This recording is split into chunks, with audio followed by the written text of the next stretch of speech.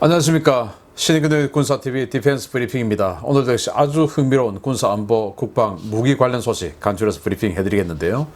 필리핀이 돈이 없어서 사기로 했던 미국의 F-16V 최신형 버전이죠. 그건 못 사겠다. 그래서 돈 좀 주던지 아니면은 우리는 스웨덴 그리펜 중고 사겠다. 이건데, 자, 이렇게 되면 우리 한국이 오히려 의외의 매출을 올리게 됐습니다. 어떤 내용인지 한번 보겠고요.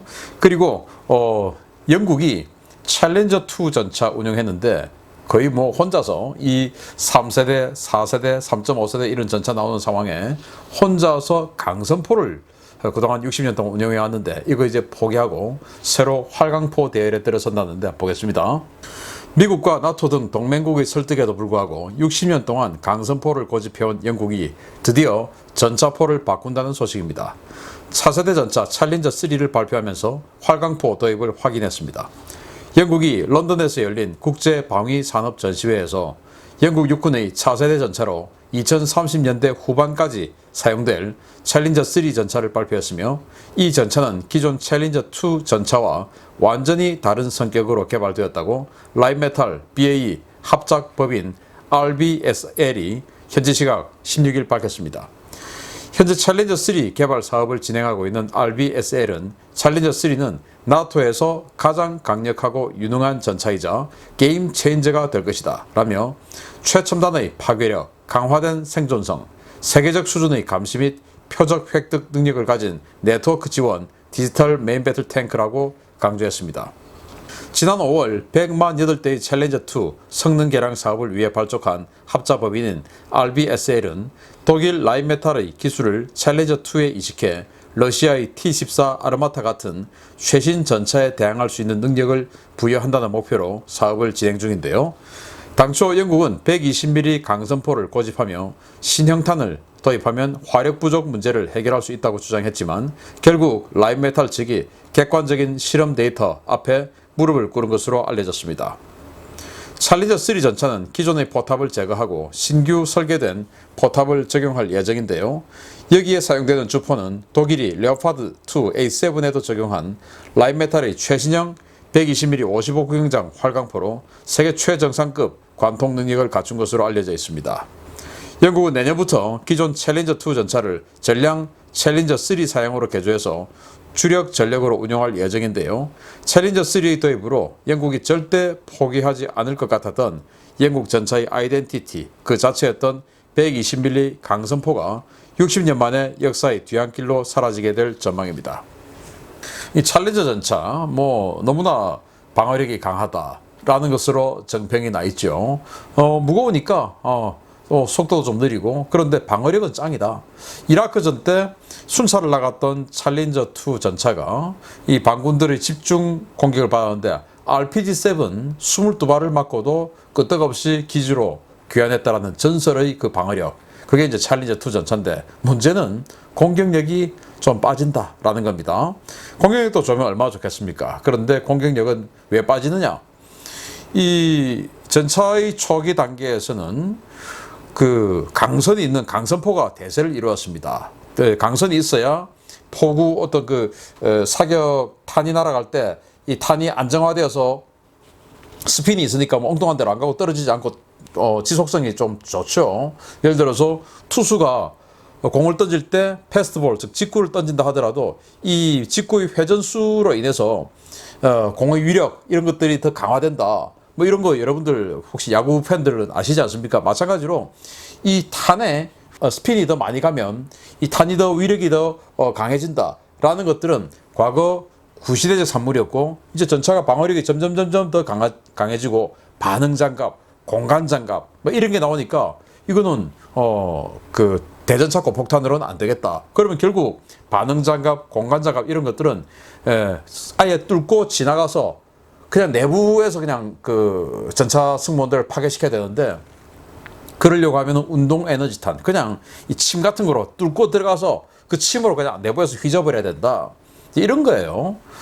그래서 활강포라는 게 나왔습니다. 회전을 하는 과정에서 이 탄의 운동 에너지가 확 감소가 되어 버리죠. 그거 안 하고 그냥 쑥 빠져나가는 거, 강선 없는 거, 그게 이제 20세기 후반에 대세를 이뤘죠. 그래서 활강포, 대전차 고폭탄에서 이제 철갑탄인 날탄, 날개 안정 철갑탄이 나오면서 이제 활강포 시대가 되었습니다.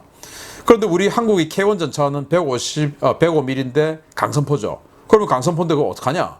그래서 이 탄피 외부에 외피를 씌워가지고 강선에서 회전은 외피가 하고 내부에는 진짜 쇠고장이 날타는 회전을 하지 않죠. 외부에서 돌아보니까 마치 우리 조선시대 때 쓰던 편전처럼 외부에 있습니다. 그렇게 해서 나가서 탄피는 떨어지고 이제 실제 쇠고쟁이만 날탄만 날아가서 이제 꽂히는 그런 방식인데 챌린저도 결국은 그렇게 썼어요. 그런데 그게 사실은 한계가 있죠. 그런데 챌린저는 왜 이렇게 120mm 강선포를 고집을 하냐? 그들의 독자적인 해시탄이라는 것 때문인데 해시탄 점착 유탄인데요. 이게 날아가서 적의 장갑에 딱 달라붙습니다. 순간적으로 딱 달라붙어서 쑥 들어가면서 흔들어 버리죠. 이 운동 에너지에 흔들어 버리죠. 그러면 이 순간적인 이 흔드는 것 때문에 전차 내부에 있는 적승무원들이 살상을 당하는 이제 이런 원리였는데 이게 이제 공간 장갑이 나오고 반응 장갑이 나오고 하니까 공간이 있으니까 흔들리지 않죠. 반응 장갑에 또 먼저 때려버리니까 이 또 흔들리지 않죠. 그래서 해시탄이 무력화되고 하다 보니까 결국 활강포밖에 답이 없구나 해서 이제 이 챌린저 정말 방어력 좋으니까 차체는 그대로 쓰자. 장정비 하는데 포탄만 그럼 바꾸자 해서 독일 라인메탈의 55 구경장, 우리 K2 흑표 전차도 55 구경장 아닙니까? 그 55 구경장 포를 집어넣고 능동 방어장치 넣고 이렇게 해서 개량해서 2030년대 후반까지 쓰고 그 이후에는 새로운 무기체계로 가자라는 것인데 이제 120mm 강선포는 챌린저가 없어지면서 다 사라질 것 같습니다. 아무튼 영국의 고집이 꺾였네요. 두 번째입니다. 필리핀 공군의 차세대 전투기로 사실상 확정된 것으로 보도됐던 F-16V가 결국 가격 문제 때문에 탈락했다는 소식입니다. 중고 그리펜 전투기가 유력한 대안으로 부상하고 있습니다. 필리핀은 공군력 강화를 위해 다목적 전투기 사업 MRF를 진행하며 최신은 F-16V 전투기를 도입하려 했으나 예산 제약 때문에 F-16V 도입 가능성은 거의 없다고 델핀 로렌자나 필리핀 국방장관이 현지 시각 16일 직접 밝혔습니다. 로렌자나 장관은 F-16V 전투기 가격은 어떤 옵션을 선택하느냐에 따라 다르지만 우리가 구입하기에는 너무나 비싼 전투기라면서 현재 책정된 예산으로는 2대 정도밖에 구입할 수 없어 이 기종을 도입하는 것은 우리에게 의미가 없다라고 밝혔습니다. 그는 또 F-16V는 실전에서 입증된 성능과 신뢰성을 갖추고 있고 베테랑은 물론 초보 조종사도 효과적으로 조종할 수 있을 정도로 우수한 전투기임은 분명하다 라면서도 미국이 필리핀의 조건에 맞는 별도의 자금 조달 계획을 제안하지 않는 한 우리는 스웨덴의 그리펜 전투기를 알아볼 수밖에 없다 라면서 미국의 F-16 도입을 위한 지원을 우회적으로 요청했습니다. 로렌자나 국방장관은 알아본 바로는 현재 책정된 예산 범위 내에서 6대의 중고 그리펜 전투기를 도입할 수 있는 것으로 확인됐다 라며 F-16V 전투기 도입이 좌절될 경우에 중고 그리펜 전투기 구입을 추진할 것임을 분명히 했습니다. 필리핀 국방장관의 이 같은 발언은 신형 전투기 도입 사업에 있어서 미국의 군사 원조 또는 저리 차관 등을 요청한 것으로 해석되는데요. 그동안 미국과 중국 사이를 오가며 모호한 입장을 취했던 두테르테 정권이 지속되는 한 미국이 필리핀 F-16V 판매를 위한 호의를 베풀지는 않을 것으로 보입니다.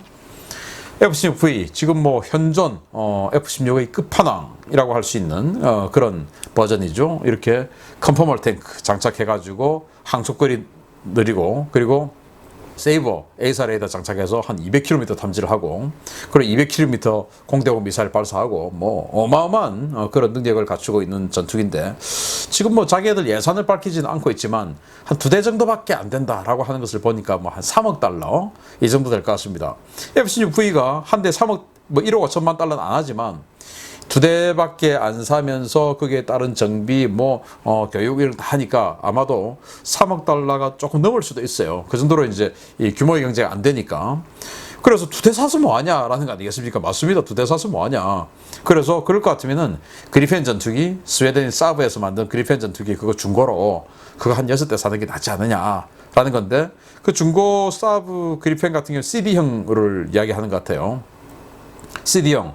그 넘어서 이제 사브 그리펜 NG가 나오는데, 그 NG 같은 경우는 A사 레이더, 그리고 보다 더 강화된 F414 엔진, 슈퍼호넷에 들어가는 거죠. 이제 그런 게 장착되어 있고, 이 CD형 같은 경우는 F404 엔진, 슈퍼호넷이 아니고 그냥 일반 레거시 호넷, 그리고 우리 한국의 T50에 들어가는 바로 그 엔진이죠. 그 404 엔진 들어가면서 이제 기계식 레이더.